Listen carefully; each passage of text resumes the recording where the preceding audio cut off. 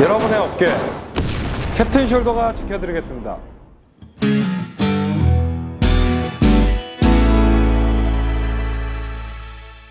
안녕하세요. 연세한강병원에서 어깨를 포함한 상지를 담당하고 있는 정형외과 전문의 김주영 원장입니다. 이번에는 어깨 질환 중 많은 빈도를 차지하는 회전근개 파열에 대해 알아보도록 하겠습니다. 회전근개 파열은 중년기, 노년기, 특히 50대에서 60대에 잘 발생하는 어깨 질환이 되겠습니다. 우선 이 회전근개라는 것은 어깨 관절을 둘러싼 4개의 힘줄을 얘기합니다. 여기 보시다시피 견갑하건, 극상건, 극하건, 소원건 이렇게 4개로 어깨 관절을 둘러싸고 있겠습니다. 이 중 일부가 파열되거나 끊어지는 것을 우리가 회전근개 파열이라고 하게 되겠습니다. 환자분들이 좀 헷갈려 하시는 게 힘줄 파열인지 아니면 이 회전근개 근육 파열인지 요거를 좀 헷갈려 하시는데요. 사실 이 근육이나 힘줄은 같은 거라고 생각하시면 되겠습니다. 왜냐하면 이 안쪽에서는 근육으로 되어 있다가 이게 이제 상완골 위파뼈에 가까이 가면서 힘줄로 변하면서 뼈에 붙기 때문에 결국에 같은 것이라고 이해하시면 되겠습니다. 이 회전근개 파열은 크게 이제 부분 파열과 전층 파열로 나뉠 수 있겠습니다. 아까도 말씀드렸듯이 보통 회전근개 파열은 뼈 부착부 부분에서 떨어지게 되는데 이때 회전근개가 손상은 되었으나 일부가 붙어 있으면 부분 파열, 완전히 이것이 다 떨어져 있으면 완전 파열 또는 전층 파열이 되겠습니다. 전층 파열은 끊어진 정도, 파열의 크기에 따라서 소파열, 중파열, 대파열 또는 광범위 파열로 구분될 수 있겠습니다. 회전근개 파열은 퇴행성 파열과 외상성 파열로 원인을 나눌 수 있습니다. 하지만 나이가 들어감에 따라 힘줄이 점차 노화되어 끊어지는 퇴행성 파열이 대부분이라고 생각하시면 되겠습니다. 증상의 경우에는 첫 번째로 어깨가 아픈 통증이 되겠습니다. 특히 팔을 들어 올릴 때 통증을 호소하게 되고 또 낮보다는 밤에 아파하는 야간통이 종종 동반됩니다. 어깨에 통증을 호소하는 환자분들이 목 뒤,